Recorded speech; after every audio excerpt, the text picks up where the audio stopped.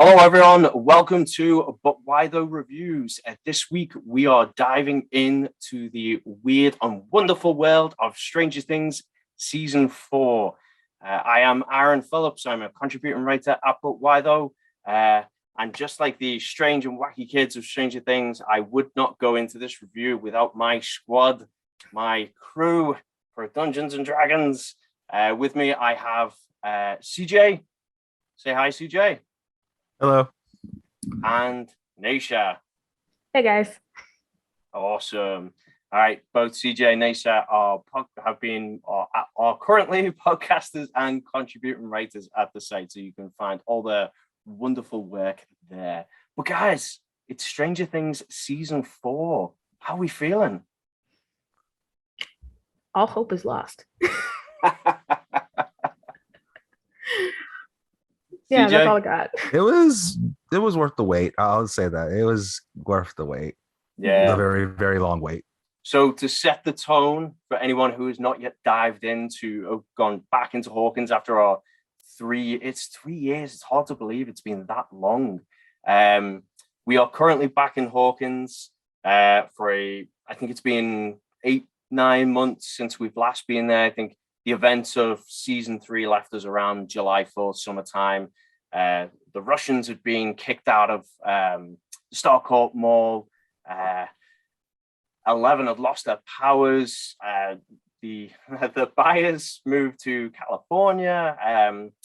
It was in a really strange place, and it left us with a lot more questions than answers, I say. I know I kind of recently wrote an article kind of posing my questions heading into this, just because there was just so much going on.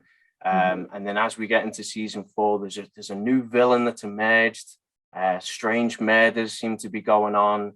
And it's all kicking off again. It's all very interesting to how it starts. So I guess my question to you guys starting off the show is, what were your initial thoughts before, as you've kind of watched the trailers before the show kicked off? What were your thoughts heading into it? Nisha, you want to start? Sure. My initial thought was really like, I just want to know if Hopper is dead, or is he in the Upside Down, Yeah. or is he dead? I had accepted it was one of two things. Yeah. A third, did he turn it, like, maybe did he turn into a monster? I don't know. Yeah. Like, that was like a wild theory I had. Like, that's really why I was approaching. Like, I just want to know what Hopper's status is. Going into it also, I hate Mike. I make that very vocally known on social media. Like, I can't stand that child. And I went into it prepared for Mike to be annoying and obsessed with 11 because she's a superhero. Other things, just more Erica. That's also what I wanted. And they delivered on that. So I was not expecting the dynamics to have changed so much. Okay. That's something that going in, I'm like, oh yeah, it's gonna be the tight-knit group of little kids again. Like, no, they're all freshmen now. And some of them are jerks. What about you, CJ? Well, going in, I wanted to know more about the Upside Down. Yes, we've seen all the monsters like the Demon Gorgons and the Mind Flayer, but I was like, okay, what's next? And the villain kind of answers that a little bit. I also kind of wanted to see how they handled it, because as we know, most of the cast is gone from preteens to actual teens. And yeah, it's like change is a big part of the story. Lucas is now a jock, and Steve and Dustin, I mean Mike and Dustin are still playing Dungeons and Dragons and stuff, and Will and 11 are off in California, and Hopper is all the way over in Russia. It's not yeah, so yeah, everybody's in a different place than where they were in season 3, and that was fun. And also what I was also expecting was to see how 11 deals with the loss of her powers, because again, she hadn't had a normal childhood, and now she's more or less lost the one thing. And I was surprised with how much this series kind of focused on her and her past and her story, and I really liked that. Yeah, like I said, it season 3 kind of left us, I felt like, with a lot of questions. Again, putting the teaser showing the American in like the Russian gulag and things like that. Like, again, my thoughts were like, well, how do the Russians even tie into this whole thing?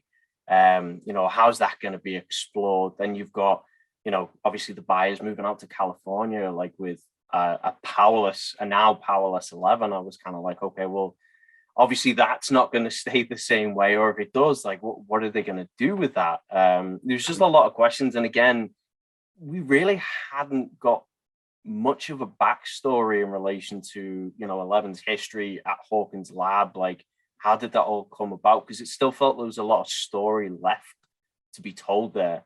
Mm-hmm. And then again, same thing that you guys already said as well, like, you know, in relation to the Upside Down, there's a lot there that has not even been touched. I think we've gotten very, very little there. So it's kind of been very interesting. So heading into the season, I think that's where my mind was at, was because obviously we'd had the announcement in the months leading up to the show that, you know, obviously we have season 4, part 1, season 4, part 2, and then the final season of season 5, which is, I think there's still a lot of confusion out there. I don't know if you guys have found this with talking to other people. A lot of people I spoke to thought that this season that had just dropped was it. Like, that was the finale. Like, it was, you know, before they'd even watched the show. So I don't know if they kind of done a great job at marketing the fact that, you know, there would be more to come. And even from what I read, from what the Duffers have posted, that there'd be potential spin-offs coming as well, which would be exciting to see how they explore that. So, but yeah, so, I mean, I was definitely excited leading into the show, and it seemed from the early reviews, it was, I think, CJ, you kind of coined the phrase bigger, darker, and a bolder or something like that.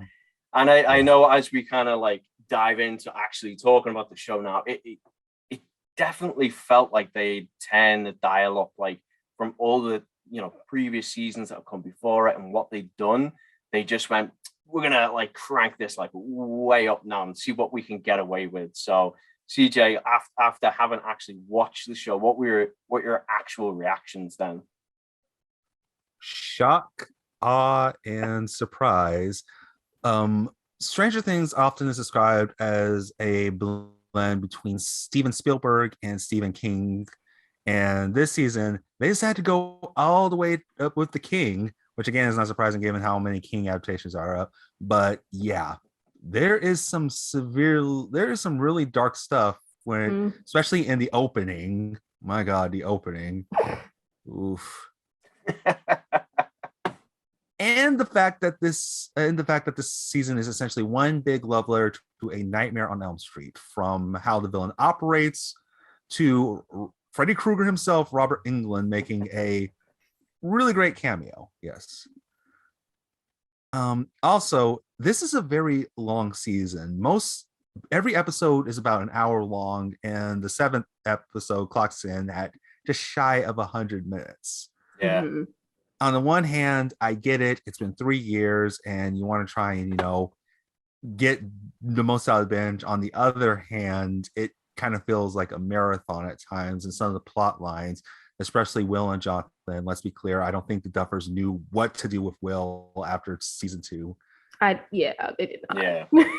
Yeah. So yeah, it's a bit of a double-edged sword. You get more story, but it kind of feels tough. You got to tough it out. So yeah, but I do think, particularly where 11 is concerned, that the story is worth it, as well as Max. I think that Millie Bobby Brown and Sadie Sink are the MVPs of this season. Absolutely. Like, say it again, buddy. Absolutely. Dear Billy is a really, really great episode. Probably one of the best in terms of how it deals with trauma and stuff. So yes, Sadie Sink, just A+.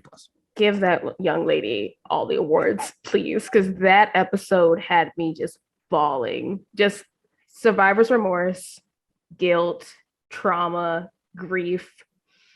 And I did not expect for them to give Max this as in depth of a character arc as we got, but I'm really glad they did, because it really gave the actress like more of a, she could just like spread her wings a little bit more on the role. Like, she wasn't just like 11's best friend, and she wasn't the new girl, and like she's really evolved from being like the new girl in town to your brother died in front of you, and that is traumatizing. And you're dealing with like isolating yourself, but needing help, not knowing how to ask for that help. And then also, like, I would say Max has so for since she was introduced, she's kind of been like the more sane and stable, or one of the more sane and stable of the crew, where she's just like, she'll have a logical solution for things. And like, she's now in the middle of a very illogical situation. Yeah. And it's just like, what does that look for? What does that look like for a 14-year-old girl when she's already dealing with trauma and grief? And then a supernatural being. Yeah, I mean, you just nailed it on the head there, Nisha, because like it felt like this season she got a bit more like actual agency with her own story as opposed to being connected to someone else's story, like the little sister or like the love interest, the new girl, you know, Elle's best friend. Like she was always kind of used to elevate someone else's position.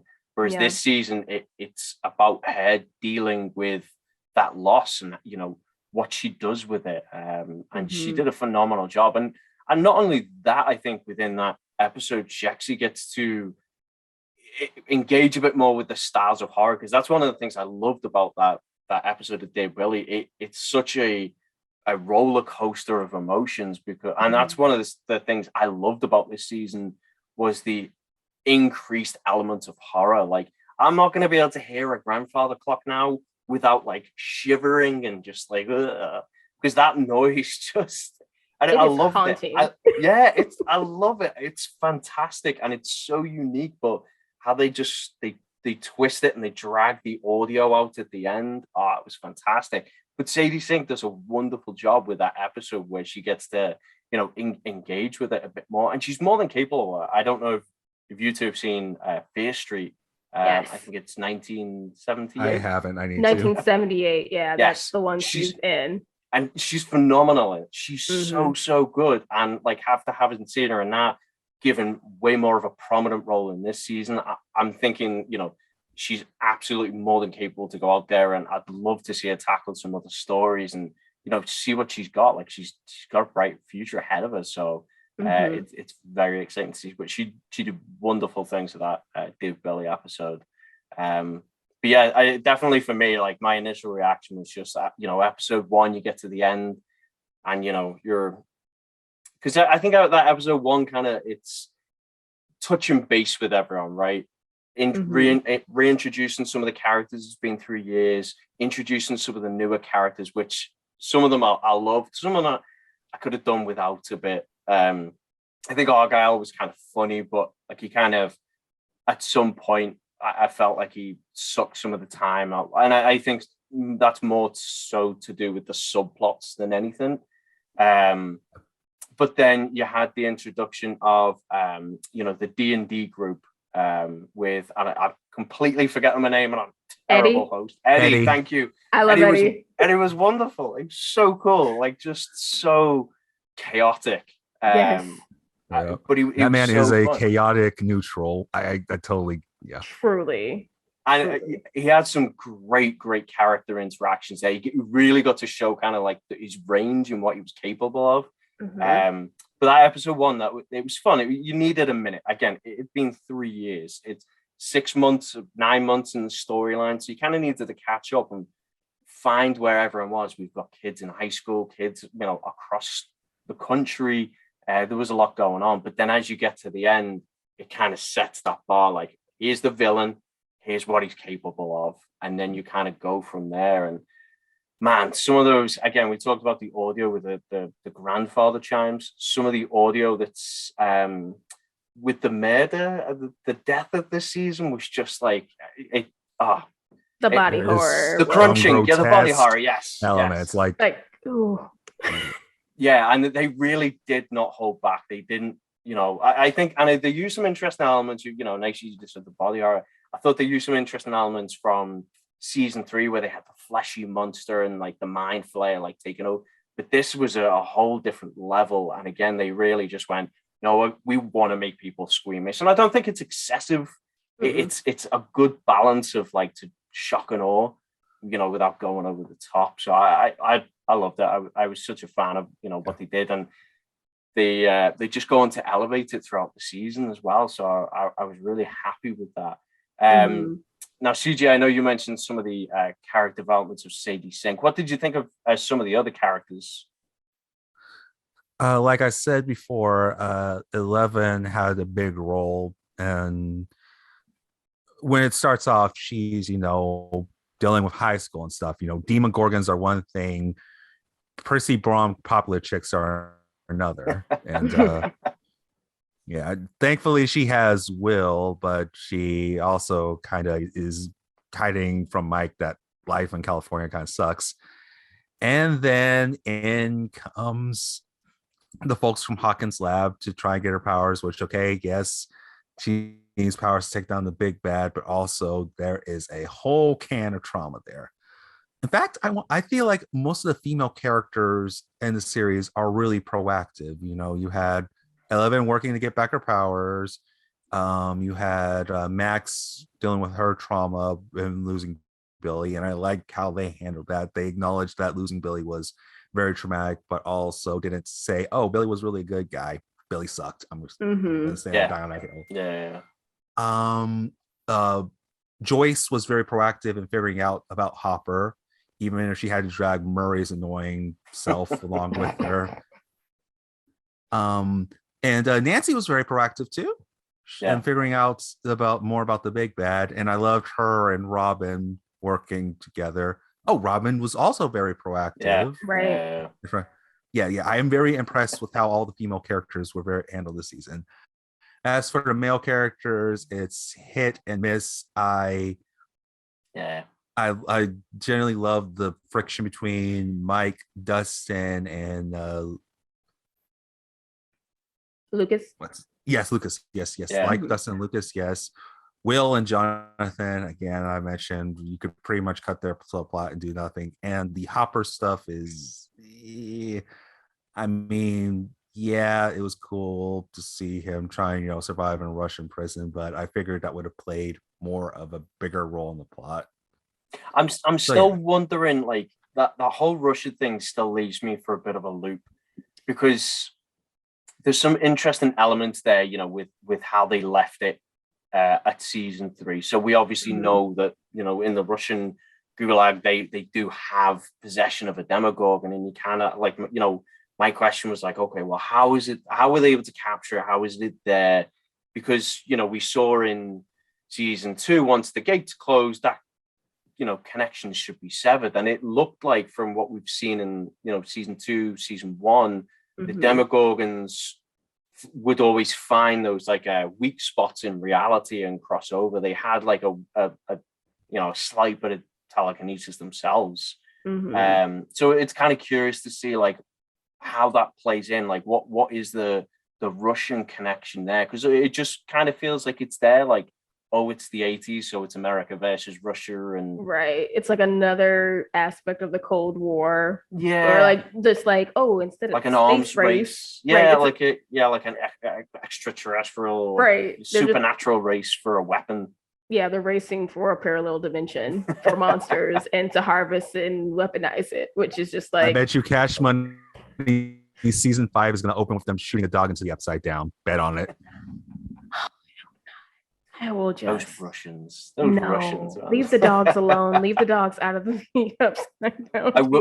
I will say, obviously, without going into any spoiler territory, I did like, there was a very cool action sequence that takes place within that Russian prison fight scene, and I was very impressed. And I thought, what they highlighted there, they have not highlighted in any other season, and it definitely gave some gravity to the situation as far as what some of these things are capable of. So I was impressed with that, but I think overall there was just a lot. I'm still feeling like, okay, well, hopefully there's some explanation there, rather than just kind of like, oh, it's just we needed something for these characters to do. Because I think that's, CJ highlighted that, like, some of the characters there, it's like, well, we need to give them something to do.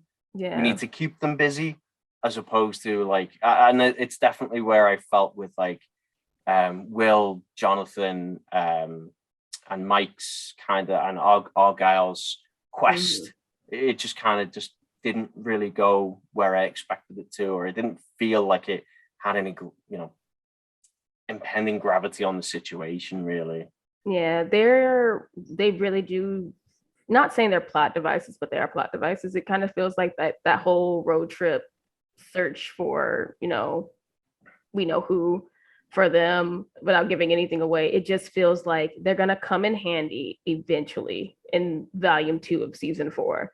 Like Yeah. this whole thing that Mike and like and the guys with that road trip, it's like it's gonna play into season, like the second half of the season. I can just see that happening. And it's just like, yeah, I don't really care about Mike and Will's fractured friendship as much as I think I should.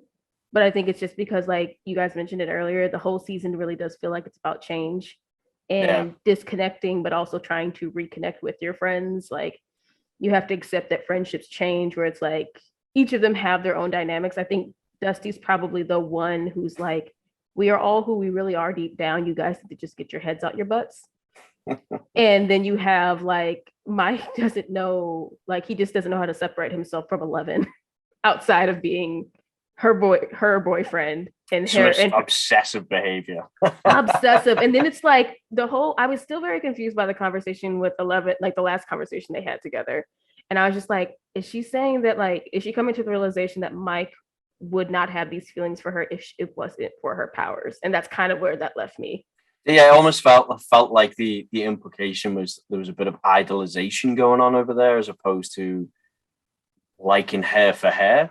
Right, because I don't think Mike. It's this season kind of made me realize, like, I don't think Mike would have had feelings for Eleven if it wasn't for her powers. Yeah. And I think Eleven's coming to like is dealing with the fear of like, without my powers, I'm nothing. But also, who am I without my powers? And on top of that, does this guy I'm in love with love me? If I like, am I not special anymore to him if I am without my powers? And like, I don't know, because Mike's been obsessed with superheroes his entire life, and he sees Eleven as a superhero. And he's young. Kids confuse feelings and affection for love. I think what we could be seeing is them just growing apart and accepting that this isn't love. Yeah. But like you said, admiration, idolization. Yeah, it's interesting, isn't it? Because like the whole Mike and Eleven thing, that was such a big part of season 1, and then you've got Mike and Will trying to find his friend. Like the whole setup for the show felt pivotal around that dynamic, and now it just doesn't feel as important as it once did. I would say, I don't know about you guys, but I'm far more invested in the Dusty, Eddie, Steve triangle than anything that's going on with Mike. Mike felt kind of irrelevant. But with everything going on with, Dustin, Steve, and Eddie, I was like, more time there, please, because they are far more interesting. Dustin is just an amazing character. I mean, even I think Lucas got a little bit more time this season. Like he struggled with that growth of as far as wanting to do something different, to branch out and to try new things. Yeah, I really like that it dealt with that. Like Lucas was like, yeah, I want to be into basketball, and it turns out he's really good at basketball. And Mike and Dustin are scared that because he's good at basketball, he won't have any time for them, and that actually plays a part during the search for Eddie, because Lucas is like, I'm gonna stick with my friends, which I really liked. Yeah, and that creates a whole other dynamic within the show, as far as like Lucas gets to kind of witness some of the stuff going on with the town of Hawkins as well. And that was another element this season that we got to see, which you don't really get to see too much of, like the town feeling like they're cursed with everything going on. And, there's almost like a devil in Hawkins. And it was interesting to see that kind of town hall. There was that town hall situation later, and some of the basketball members kind of playing a pivotal role. And it was kind of interesting to see all that. And again, Lucas is kind of front and center as he tries to become like a bit more, normal and have a normal life. Can I just say that it actually is nice to see the townspeople actually acknowledge, okay, there is some crazy stuff going on. We've had murders and our mall blew up and stuff, but it also plays into the element of satanic panic that was associated with D&D back then, and it's perfect because again, there are demonic forces at work, but it has nothing to do with a game. It has something to do with this creepy dude in another dimension, and I really like how they played on that. Yeah. So I want to quickly move on because we are approaching close to the end of our time. But what did you guys feel like the episode length for this season? I'm here for it. I think I time wise for like each episode, I think it's exactly what I needed, even if it's a little bit longer. And I don't know if that's more of an issue because there was the pandemic that caused them to have production delays. So then maybe they decided to make things a little bit longer, but I was here for it. 7 episodes felt like a good spot. So I do kind of hope we get, when they come back, I'm hoping volume 2 is another 7. Like I know this is going to be part 1 of a season and part 2 of a season, but I don't know about you guys. Sometimes 10 episodes don't feel like enough for a season to really have the full arc fleshed out for some of these series. And I think, there's a lot to unpack here. I think they did a really good job with the length of the episodes and the length of the volume. Yeah. With what they had.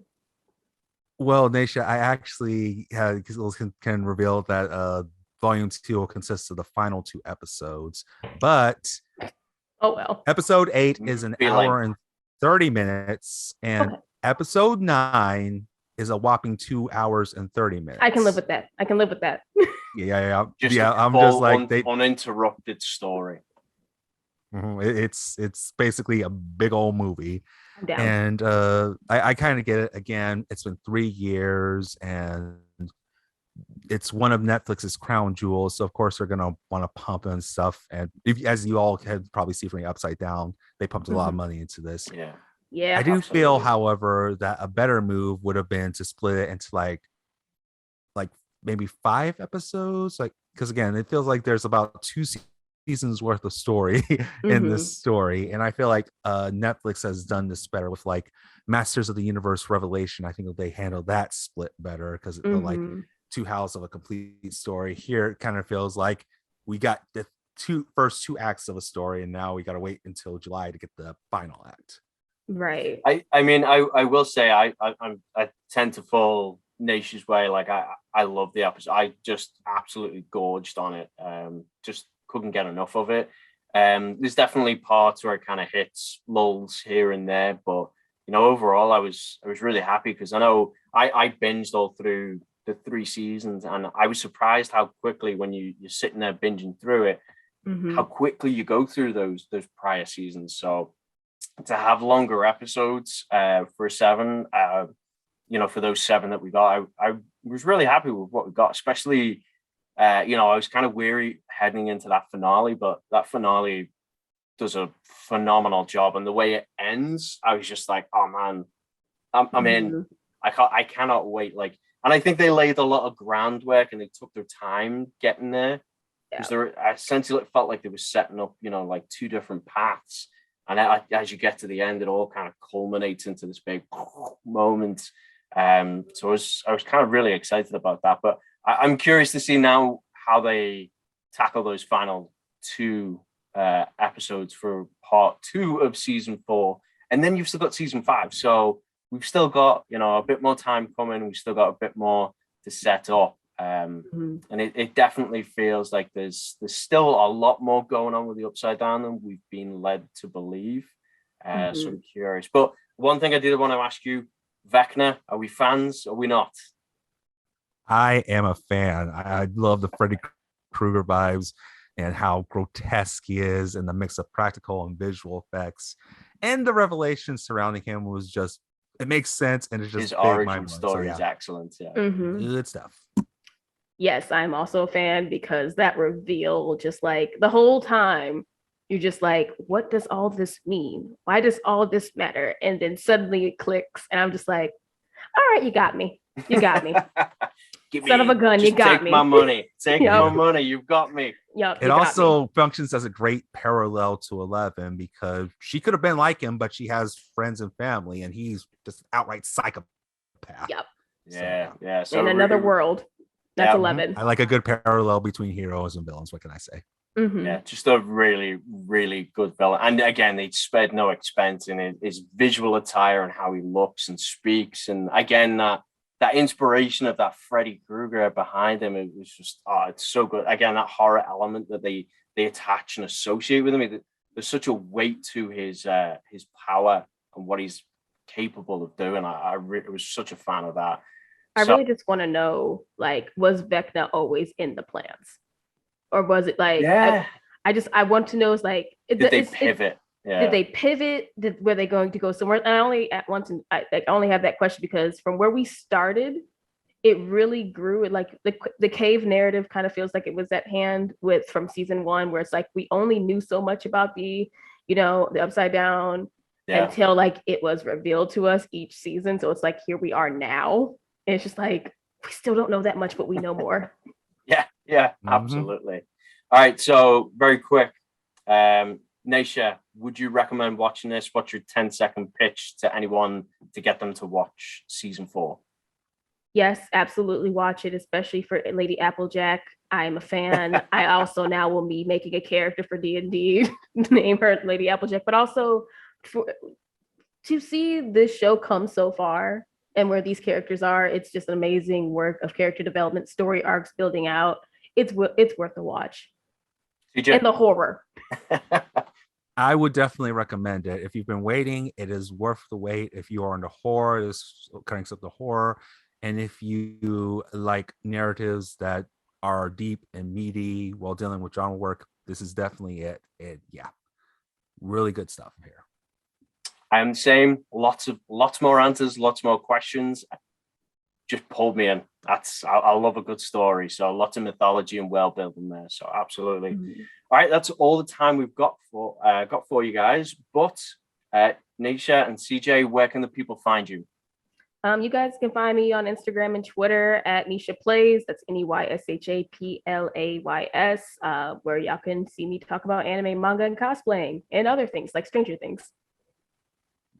CJ. My Twitter is CJ Writes Things. My Instagram is CJ Writes Stuff. You can find my written work up at Whytho, Collider, and IGN. And you can also listen to my podcast, Into the Spider-Cast, where I speak of all things Spider-Man.